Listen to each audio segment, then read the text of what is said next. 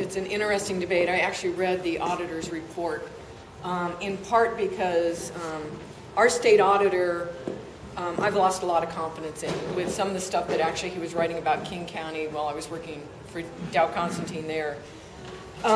It's a split report. I mean, it sounds simple just to get out of the business, but we do potentially put another 900 people, on unemployment. That's an issue. The other part is the report is inconclusive on if we actually damage the general fund. It says on one hand that we may actually gain revenue of about $9 million, but worst case we can lose almost $50 million by essentially privatizing. And that's going to have to be part of the discussion that we have, because losing another $50 million is a lot of money. And part of that goes to the way we currently contract.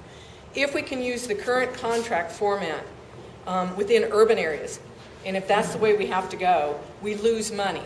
If we use an alternative contract for contract stores, we could potentially either neutralize or make money. So the discussion is not black and white. If you read the auditor's report, I would recommend, it's fairly short, it's about 5 pages on liquor stores, but it does have some ramifications for a general budget we have to take a look at versus just privatizing. When I heard that that we would make money, that's when I read the report, and there is a potential loss of $50 million in revenue depending on how we go. So it's going to have to be one of those we are very careful on how we manage it. And I'd just add that just moving the liquor store from down here on California to Westwood Village, we had numerous complaints about citing a liquor store at Westwood Village because of the location and that it was too close to schools. So I think that this is something we have to be careful with. And when my friends have asked me why, they say, why don't you just privatize the liquor store?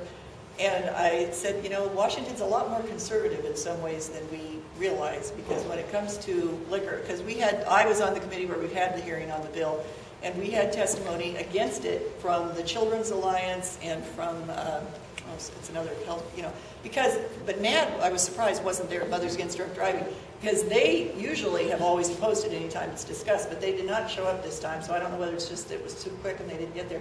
But we did have oppositions from the people concerned about the increased access for kids.